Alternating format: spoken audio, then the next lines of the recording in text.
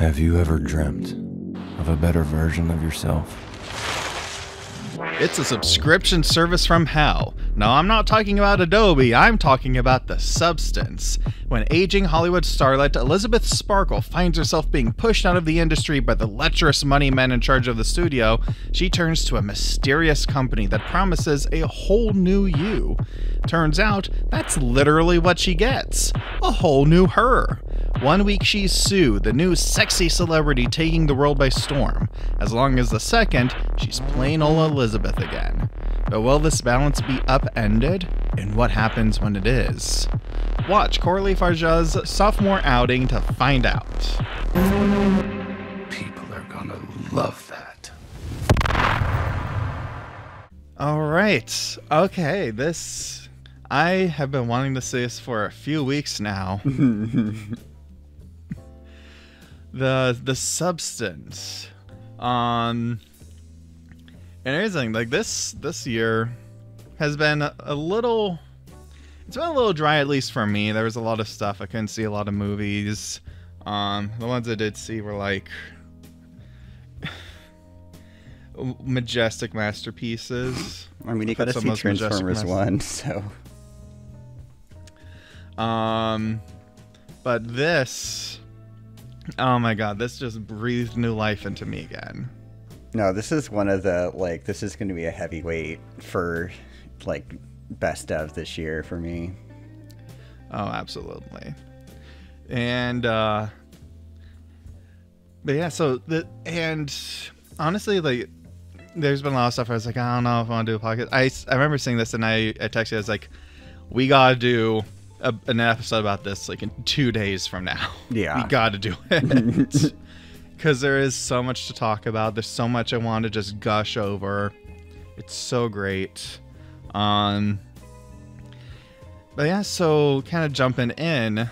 And I know it's a little cliche, but just to, start at the beginning, right? But the opening of this movie is one of my favorite movie openings I've seen in a long time.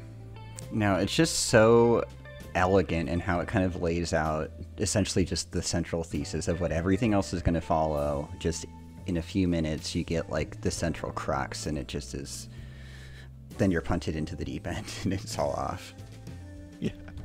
And it's because when it opens up, because we see like a little egg getting an injection and then a little second yolk comes out of it, and right away we're like, okay, that's what we can look forward to in a bit here. And then the extended like Hollywood star shot. Oh my god. What's just like a brilliant way to depict the rising stardom and then the declining stardom of our main character. It's like, it's so... oh my god. It's brilliant is what it is, because it's just because you see everybody around it at first and like, oh, it's Elizabeth Sparkle, wow, she's got her star, and then over time people are like, look, it's Elizabeth Sparkle's star, and then time goes on, the star starts to crack, people are like, Sparkle, who's that? Oh, she was in some movie a while ago, and soon people are just like, they don't even recognize it, nothing, like they just drop trash on it, they're like, oh, what? Oh, okay. Yeah, it really sets up this idea that Hollywood like builds up, pick these people, they build them up, and they make these monuments of them and to them, and then after that you're kind of just set and they just walk away, and it captures this attitude toward aging, because that star gets fucked up, and it also kind of establishes how like, okay, this is gonna be a pretty grody movie, like the guy like drops his like hamburger and like just smears ketchup all over everything, and it's very much just like, he every time he tries to clean it up it gets worse, and it's just very much like, okay, aging, like the way that Dennis Quaid's character views it is just, you're done and you're just disgusting and you're meant to be discarded, and we get all that without a single word being spoken.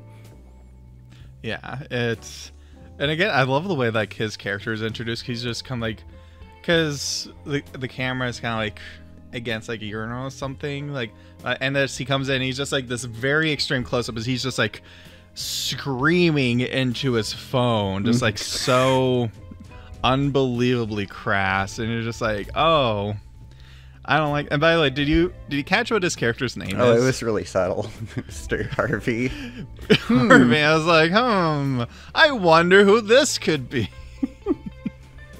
Dennis Quaid really is one of those, like, kind of like, I don't know, Hannibal Lecter type performances where he's in like a handful of minutes of the film, but every second he's on screen is completely just bombastic and vile in all the best ways. But oh my god, yeah, it's just like. And so just like every time you see him, it's just you feel the squirming. And, oh my god! And Demi Moore as Elizabeth, and I kind of get more into like the really crazy things she does for this performance here, but right away, I like how she kind of is established as, like, when we finally meet her, she's already kind of on a decline, you know, like she got a Hollywood star. We don't really find out what she got the star for, but we just know that she was famous. That's what's important. I've actually seen some folks online who, I normally don't comment on other people's reviews, but they were saying, like, it doesn't make any sense that she got a Hollywood star for her gym show. it's like, and it's like, no. It's like, obvious, you know, it's like, she's at the gym show because she's already, like, on her decline. It's already like, I'm just going to put my name on whatever program will have me at this point. Yeah, because I think that she'd mentioned in passing that she had, like, an Oscar or an Emmy or a nominee or something. So, yeah, she had, like, her moment, and now she's kind of in this, like, Jane Fonda jazzercise in the year of our Lord 2024 kind of mode.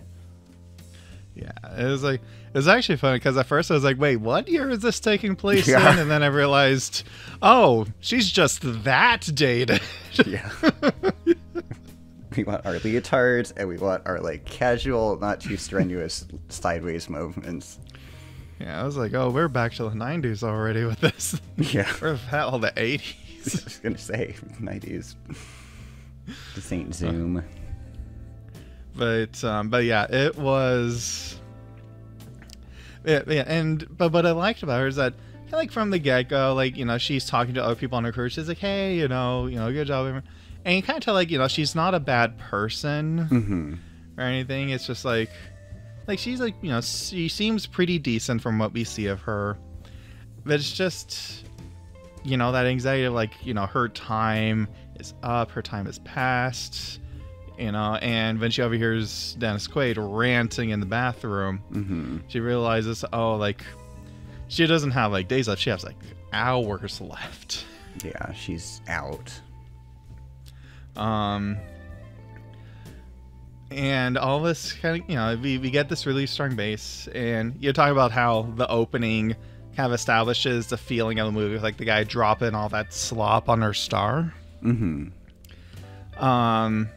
I really like how, like, right from the very beginning, the movie has this kind of, like, very visceral little moments, like she'll be, like, stabbing at an olive in her drink. It's, like, really close up and, like, there's, like, a certain kind of, like, violence to it, I guess you could say. And it's very invasive, all these constant close-ups of, like, just a face, or, like, not even an entire face, just unflattering. You see all the pores, just, it's very aggressive in the shot selection and the editing. Yeah, there's... And a word I'm going to use a lot in our discussion here is it's very sharp, I would say. Just, like, there's a lot of that, so I kind of feel like little what's the name? I took, like, a few days of fencing in college for a club, but like little, like, jabs or something, very sharp. And it's like right away you kind of get the sense of them, like, oh, this is gonna make me feel uncomfortable, even if you had no idea what kind of movie it was going in. Right away you get the sense, like, this movie's gonna kind of put me on edge a bit. Yeah.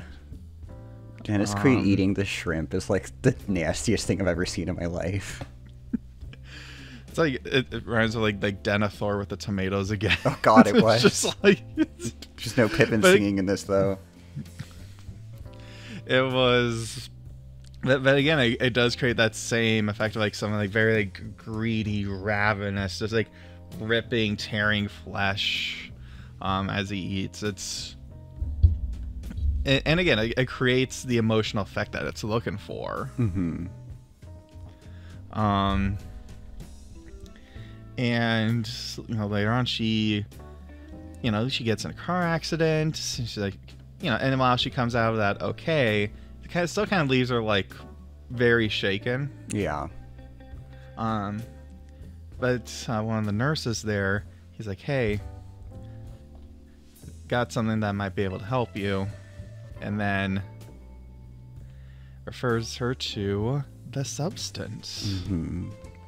Yeah, I think the film does a really pretty good job of walking us into that, like even independent of, okay, what is it? Like, we know where it's going to go, and I think everyone's pretty much, if you're going to go see this film, you're on board with, all right, it's going to be crazy, like, body horror. But I think it does a very good job of, like, getting the character to the point. Like, you can be given a card, and if she's, like, next scene, like, going, like, let's order this shit, like, you're still a little bit like, that feels convenient. But, like, there's so much vulnerability to her in these kind of, after her accident, she feels shaken up as anyone would, but like she's surrounded, like she gets those like shitty like flowers that are wrapped in plastic to keep them alive for a little longer, and like it's like the film is like constantly drawing attention to like the use of like past tense and greeting cards and stuff to feel like, yeah, you're no longer this, you were that, but that's gone now, and in all this like kind of evidence or self-inflicted, fear is strong, but like all those emotions build up, and that can collectively kind of drive someone toward this decision that's very drastic.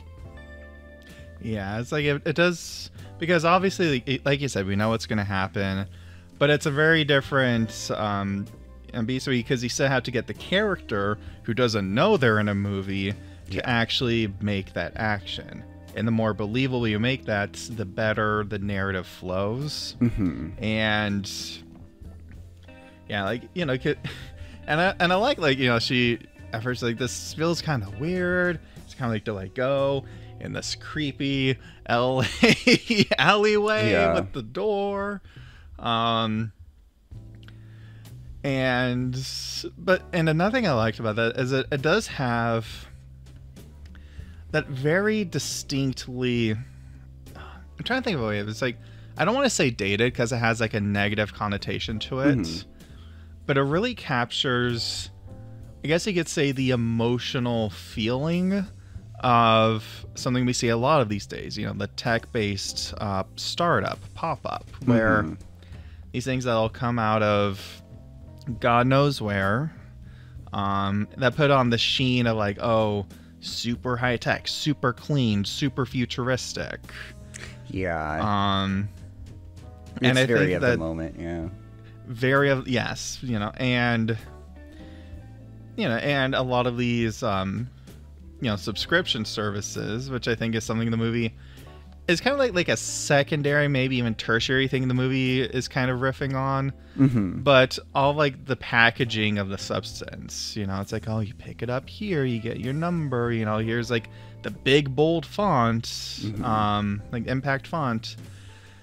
It all feels very like, I actually have do a couple of these things, and because I try to be like, oh, it's not just a package, you get the experience of it. You get a little extra piece of paper that says, welcome to the Cool Kids Club. Yeah. For $19.99 a month.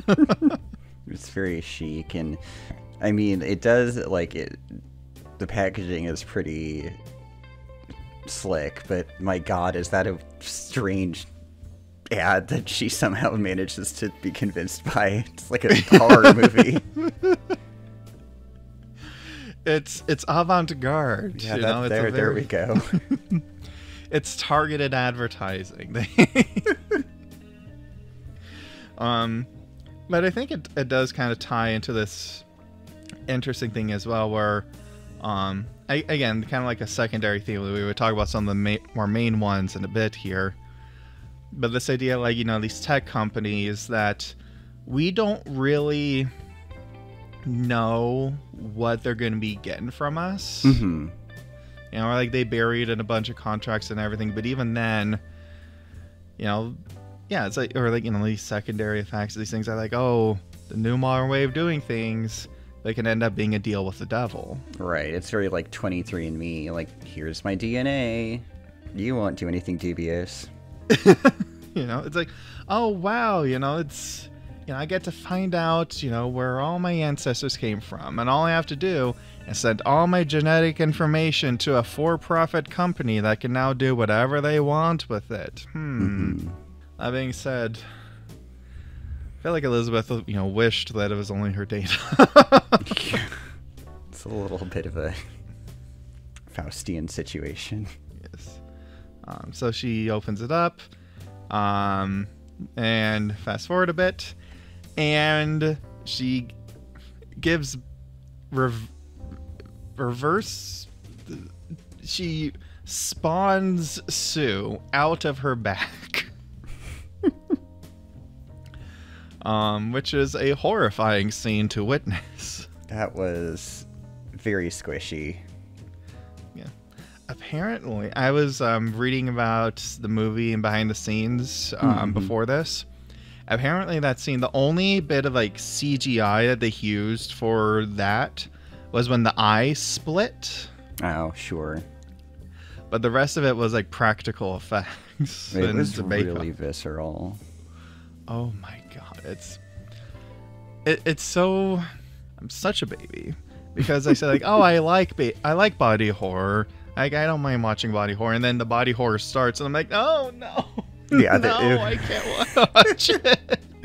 It is not for the faint of heart, and they like remain, even aside from the crazy transformations that we'll get to, like, you know, because like she has to like you split the body, which is that, and then she has to continually stabilize herself, and the way that they achieve that is through my least favorite procedure, which is like she has like a lumbar puncture. Essentially, she does like a spinal tap on her every week to get out her like stabilizing serum, which is like, and of course we're going to get that as much as possible on screen. It's like, oh my god.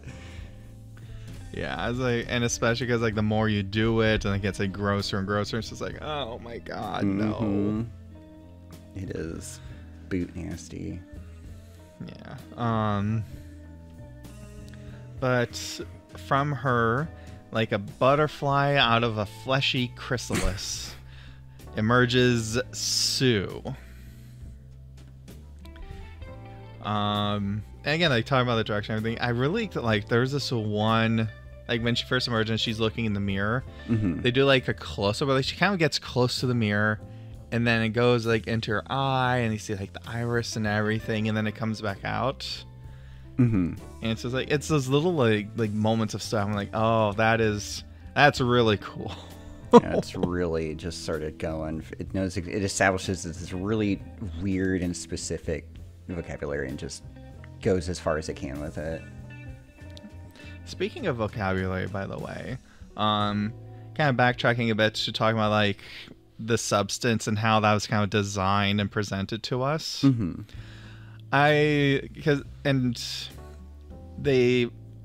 What's interesting, a lot of the stuff in the movie, like the labels of stuff, almost will feel like a subtitle at parts. Like it'll be like, I think that the title drop for the movie is actually the ad. Because was there like a title that said the substance before or after that? I don't think so. Yeah, it's like the title drop is like almost like diegetic within the ad. And then it'll be like, oh, here is, you know, day 1, day 2, day 3, day 4, day 5, day 6, so on. And it just all that stuff. And so the labels of everything kind of become like markers through the movie of, oh, here's what's going on. Here's like this part of the story. Yeah. It almost feels kind of like similar to what Wes Anderson might do, where it's like, here's place, hotel. At no point is it delivered by carrier pigeon, but I see what you mean. It very much like commodifies every facet of her life and makes her existence and the identity of that product, let's just call it, one, which is an interesting sort of unification of that. And honestly, that's a really good kind of point to make there, where, you know, I said by commodifying it, because that's what a lot of these industries kind of do, because they're like, hey, you know, you get the ad, it's like, hey, you dummy on the computer, are you smelly? I bet you are. Well, you can be not smelly for $19.99 a month with Shampoo Club. You know, I mean, I'm sold. I should have been a salesperson. Yeah, that was an excellent pitch. Because that's what they're doing. You know, like, she, to an extent, like, wants to sell herself again, because she immediately wants to, or Sue, you know, like, Harvey is selling bodies, essentially, and Sue immediately goes back to that. And so it's all wrapping together, and it's all fixated on purely the image of that person. Yeah, and there's one dissenting voice that kind of breaks through everything. Her friend from school, who isn't part of this industry, and he's still like, oh my gosh, you know, you're so beautiful still. You know, he's like the one person telling her, like, oh, you are still, you know, really nice. I want to hang out with you. It'd be an honor. But he ends up kind of staying in the periphery, and, you know, she doesn't, you know, she gets so taken up by her anxieties about herself that she ultimately ghosts him. Yeah, that sequence is sad. so crushing. Like, just her complete, like, you know, this iterative, like, she's getting ready for this date, she's gonna, you know, get dressed, they're gonna go have a drink or whatever, and it's just this process of her looking at herself and not being able to accept any way she can make herself up, and just growing the frustration, and, you know, to the point where it does that, like, grotesque, you know, like, it does that same trick where it's pushing in and she's wiping her face and it's all like, whoa, but, like, it's so gutting to see this, like, self-inflicted, kind of self-imposed, like, continuation of these exact standards that she's, like,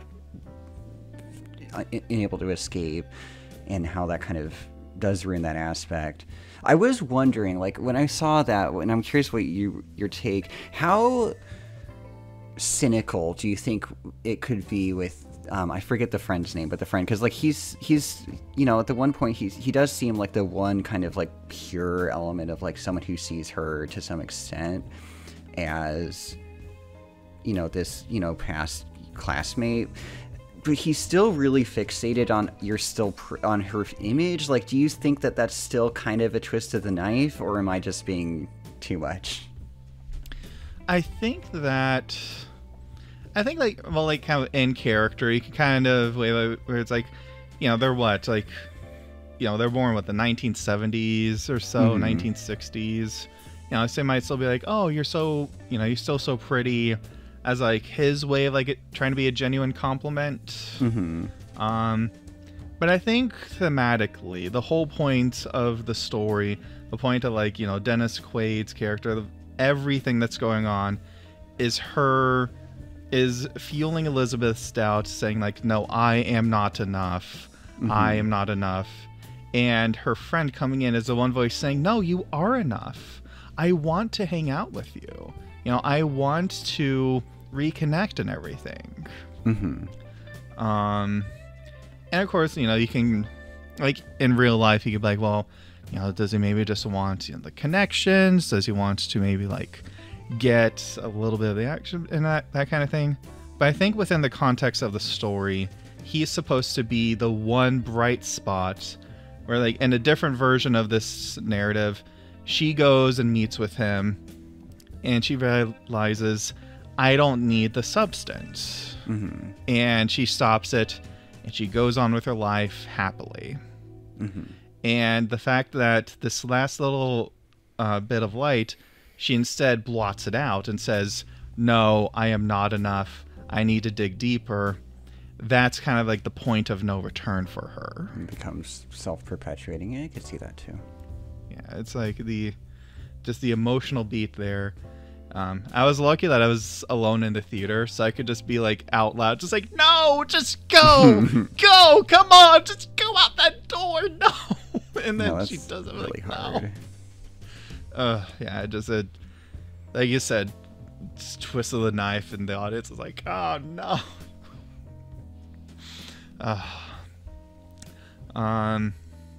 Another thing I want to kind of talk about, and this is something that I was thinking about through the course of the movie, because obviously one of the big inspirations that gets talked about here is Jekyll and Hyde. But I want to kind of take it one step further. I want to kind of talk about it, not just as, what does it take from the source, but rather, how is it as a full-on adaptation of the story of Dr. Jekyll and Mr. Hyde? Because I think there's a very core parallel here. Because in the story, Strange Case of Dr. Jekyll and Mr. Hyde, Dr. Jekyll, he is unhappy with his position. And Casey, he's kind of like almost like an opposite position of Elizabeth here, where he's a very prestigious man. He's very well regarded. But that's his problem, because he's like, I want to be a bad boy sometimes, but I can't do that because I'm polite society. So he creates something that would allow him to have a second alter ego, so that he could go out and, be rambunctious, get drunk, go have a prostitute, and then come back and be Dr. Jekyll again. But over time, Mr. Hyde becomes more and more powerful. And he's able to kind of be like, no, I'm going to take more time for myself. I'm going to do this. And so Dr. Jekyll being like, who started saying, I can kind of have the best of both worlds, finds out, no, he can't. Yeah. And there's a very similar dynamic here where with the substance, the rules are she gets 7 days as Sue, and then Sue has to kind of go to sleep. She has to be Elizabeth for 7 days. Right. And when they say 7 days, it's like down to the minute. It seems it has to be like, there's like no leeway. But the rule can be broken by Sue, who says, you know what? Just like one more day. I'm going to pull a little bit more fluid, stabilizer fluid from Elizabeth. But every time she does that, Elizabeth very visibly ages. Yeah, it feels like from Sue's perspective, with her sort of buying time, she wants to treat, the Hyde analog also wants to treat it like a kind of like, I don't know, picture Dorian Gray situation where she gets to enjoy everything. I mean, there's less opium than the Oscar Wilde, I guess, but she gets to enjoy everything, and there's this like vessel for all of her sin, essentially, or all of her behavior that's going to take on all of her corruption, if you will, and aging. But in a more Hyde and Jekyll situation, that's not how it gets to work out, because, consequences come knocking eventually. Right, and I will say, like, because a good contrast here I'd point out is that, because Dr. Jekyll acted out of selfishness. He's like, I want to break the rules, but I don't want the consequences for it, so let me do this. Whereas with Elizabeth Sparkle, she's coming from a bit more of a vulnerable place, where it's like, her life, that she's, basically her career, her, everything that she's lived for decades is being taken out of her hands by very cruel people. And so you can say, it's, her motivations are a bit more sympathetic because of that. Sure. But there's still that sense of, again, making a deal with the devil, you know, where it's like, oh, you can be pretty, you can be young and sexy again, except it's not quite. Well, that what do they say? You are one. Mm-hmm. I think the growing sense of mutual frustration between the two characters as this evolves is a really interesting kind of angle on that. You know, with Sue, you know, she goes out and she, you know, parties and goes crazy and steals time and all of that.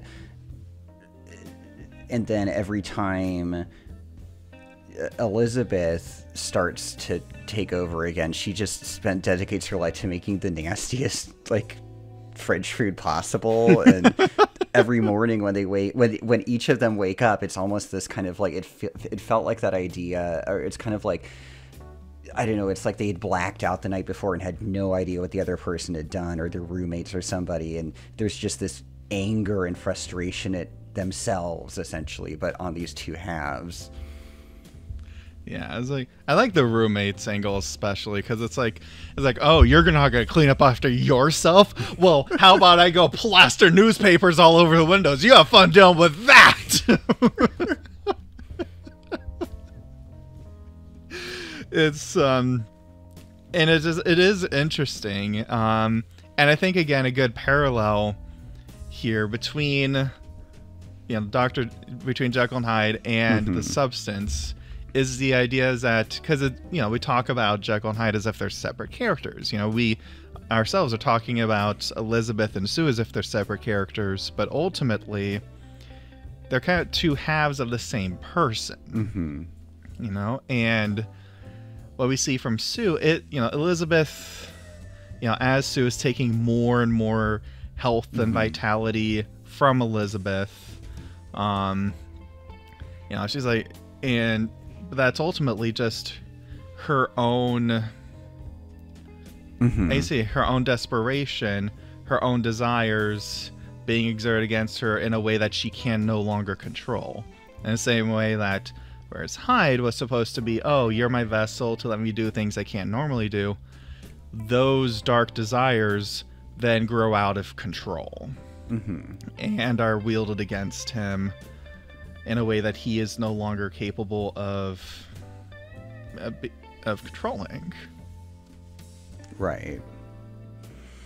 And so I just think it's really fascinating to kind of see these themes, you know, put in a movie that, you know, is in a more modern setting. It's kind of modernized a lot of, you know, the way that things are working. Obviously, it's with women instead of man, which and then which lends itself to, again, the beauty industry, basically, between makeup, between media, between all that. And so it's these old ideas that are being brought to life in a very, very lovely new alloy. Yeah, it's, you know, you can't always just steal from yourself forever and have it work out. God, there's so many studios I want to make a joke about with that line. Which one do I pick? Can also talk about just the special effects here. I know we were kind of talking about them a little bit, but oh my god, just engrave the best like makeup Oscar right now. God. Just get that ready now. Completely bonkers. Oh my god. So again, I was looking behind the scenes. Apparently each costume had a special name in the production. Because there's a scene where Elizabeth, she's kind of like almost like a chimera. Like half of her is old, half of her is not. Like half of her face, one leg is old. And apparently that stage was called Requiem. That was the name of that costume. And that was also Demi Moore, who was in those prosthetics. Yeah. And then the one that like made my jaw drop in the theater, because Sue goes on a spree. She's like, you know what? I don't need to switch this week or a whole number of weeks. And it got all the way to, like, she goes 3 months without switching. And eventually she's like, oh my god, I'm out of stabilizer fluid. I have to switch back just to get the stabilizer fluid I need for the New Year's show. And when Elizabeth wakes up, she's just hunchback and everything. Like, my jaw actually dropped in the theater when she looks in the mirror and we see her, and it was just like, oh my god, holy shit. That stage is called Gollum. I wonder why. And can I just say that again, the use of the practical effects here really makes it feel so much more visceral. I think it was like, as Elizabeth is because there's this part of the movie where she had like a big portrait of herself and she eventually puts it away, and it's kind of at odds with the giant Sue billboard that is erected immediately outside her window. Yeah, it's not a blow to the ego at all. There's a shot where it's kind of like from her kitchen, and there's like a divider in between. It's hard to describe without a picture, and I was looking at the trailer. There's no image of this, but it shows both the portrait that she had in her house and the billboard. And over the course of the movie, you can kind of see one alter ego or the other looming over each respective half. And so it's kind of like, it's a good way of showing whose shadow they feel like they're in. Yeah, there's a lot of sort of those are like idealized versions of these two figures, and you know the kind of implications of that. You know, like Elizabeth's like picture gets shattered at one point, so you have that imperfection, and she plasters over the other one, and they can't. That's another way they're fighting with each other, or they're fighting with themselves. Yeah, it's, again, this visual language here is so good. Direction is amazing. But now we have to talk about the final stage of the transformation. So Elizabeth is like, no, I'm sick of this bitch. I am ending this now. So she gets a termination vial. And of course it has like, again, a little paper message. We're sorry you didn't have a good experience with us. Again, it's just like shut up, let me sincere. And she's about to kill her, but at the last one she's like, no, I don't think I should. And then it goes wrong. And Sue wakes up while Elizabeth is still awake, and she sees like, oh, Elizabeth was trying to kill me, and so she kills Elizabeth. And she's like, oh my god, how am I, like, you know, I don't have the stabilizer fluid anymore. You know, she tries to go to the show and she's literally falling apart. And she thinks to herself, I need a better version of me. So she goes and tries to use the substance again, which you're not supposed to do. At least they put that on there. They put the, you know, discard after use caveat. Yeah. You know, they, you know, don't use them more than once. So they did do that. The FDA will be happy at them for that. But a new creature emerges, and Sue actually dies from this. Sue dies, and thus is born Monstro Eliza. And like, I like before this amazing revelation, which is like, honestly, like, if you have a premise, why not just go completely batshit insane with it? And we get to that point. But I love how nasty all of these things that, like, you know, like just how the lengths that Sue is going to just preserve herself. Like at that one point when she's harvesting all that CSF stabilizer fluid, she's just getting buckets of that stuff and just filling it. And this thing like that, like that was perfect because like she notes on the vial when she initially opens it that like it's single use, but that's so just like generic kind of like medication like package content that it just feels tossed away. And then I didn't even think about that until the end when she pulls out and it's like off green. It's like completely like, you know, like spoiled and God only knows what's growing in there and it's completely expired. And it's like, oh, of course I should have seen that all the time, but boy does the payoff work. That I love when that happens, where it's like there's a setup that you don't even know is a setup, and then it comes back and you're like, oh wait, oh shit, oh god, that's right. Like, and oh, then no. And oh my god, apparently like, and that's Demi Moore in there too. Oh really? That is Demi Moore in the suit. Margaret Qualley or there's Margaret Qualley did there was like one shot she did in the suit where specifically like, her blue eye had to be kind of like moving around, mm-hmm. and so she put on for that. And actually the director put on the suit too. Oh my god. Because to kind of fast forward a bit, so she tries to go to Monstro Eliza. I'm only gonna say this thing's full name. Monstro Eliza Sue goes to the New Year's Eve event, and she tries like very pathetically like paste a poster over her face, and the disguise works. Which was hilarious. So like she gets to the stage and everyone's like, oh, here's the star of the show, and then the poster falls off. She's like, oh, people are like, oh my god, what is that?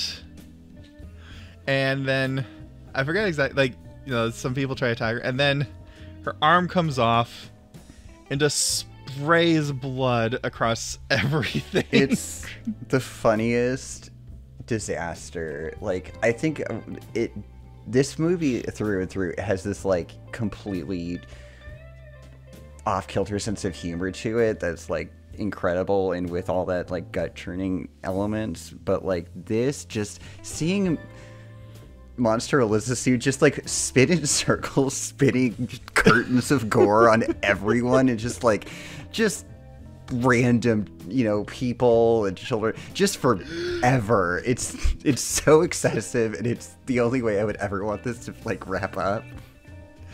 And honestly, the shot of like, it's like a point of view shot where it's just like the arm moving about and you just see everything it's spraying blood on. That's the part where the director put on the suit so that she could get that shot the way she wanted it. Monster Lizard just like excretes a boob at one point. It's like, I don't know what the hell I'm looking at, but there's like a whole little boob just comes out of her face. Just like, oh, the most like Brian Usna's society looks completely normal by whatever the hell's going on there. And it gets just this wild ride from start to finish. And like you said, like the way that it ended up, and honestly, there was a very certain satisfaction to it, because I was like, oh, I want to see this New Year's event get ruined. Mm-hmm. Because it's like, you know, this guy, this asshole who, you know, has been pushing people more and more, has, you know, pushed Elizabeth into this self-destructive spiral, basically. Mm-hmm. And I'm just like, I hope this guy gets embarrassed in front of those stupid stake share stockholders, whatever the fuck they're called. And it delivers that. I was like, oh my god, it was great. It's just completely gone. So, and yeah, so, you know, it's really one of those movies I only see like a handful of a year. It feels like that just goes completely 100% with their concept, and I just loved how weird it was. I love my weird movies. Bit of an understatement, yeah. But no, I absolutely loved this. I think this is very easily like my new favorite of the year. Mm-hmm. Like talking about and everything, because like I really loved it. But I think talking about it here with you, I have to say, I think this is probably early contender for favorite movie of the year. Yeah, it's just a really unique, like, I think the ideas that it's wrestling with it are pretty, like, I think not we've all, but like these are things that have been talked about, but this approaches it from a very specific angle, and it does it in such a confident, like, visual style, and just pulls it off with, really strong performances, Demi Moore and Margaret Qualley, especially, and just completely makes a confident statement about it. Yeah, it's like, like you said, we've seen these ideas kind of before, but here they're mixed together in such a visceral and stunning way that it makes them feel new again. Mm-hmm. And I really like that. A great movie, and again, if nothing else, that best makeup Oscar better go here. Or I mean, I guess you never know. Maybe the green makeup for Wicked will carry the day. It'll be amazing. See. As long as you can see her eyes, it'll be fine.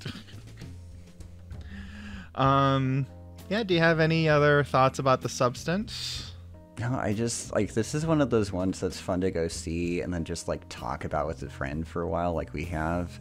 There's just a lot of different things you can pull out and look at. I really liked, it was this British, like, record producer, Rafferty, did the score, and it's pretty sparse, but I really like that it's basically just, like, you get the music that underscores the commercial, and it feels like this sort of weird, like, it's 1 a.m. at a LA nightclub that's way too cool for you to get into, but it's also only populated by aliens or something. And then that's like the main cue that you get at a couple other moments throughout the film. But it again, kind of like those subtitles you were noting, like really just ties everything into this. Everything is because of this product, essentially, and just all these different ways of looking at that. Yeah, and it's like that. It's a unique version of, like, not even, I wouldn't even say like consumerism, but just like the aesthetic of the day. The aesthetic of today is infused in this movie in a way that isn't going to make it dated, but is going to make it feel like an exemplar. It's kind of like, you look at something like, say, the Terminator, which is very 80s, but in the best possible way. Yeah. This is 2020s in the best possible way. No, it's like All About Eve came out in the, I forget exactly when, 40s or 50s. And that's about jealousy between women of different ages. But that feels so a part of the kind of the mid-late Hollywood studio system, whereas this feels so, this is something you would get on the dark web if you listen to the right podcast or whatever. Exactly. It's great. It made me feel something very unique, and that's always what I'm looking for in a movie. Something that'll make me feel a way that I haven't before. Yeah, thank you so much for joining me tonight to talk about this movie. Yeah, no, thank you. And thank you all for joining us. If you want to see more of us, I'm Daniel Goldhorn on YouTube. And I'm Raynard /cinema on Tumblr. And we'll see you all next time. You take care. Bye.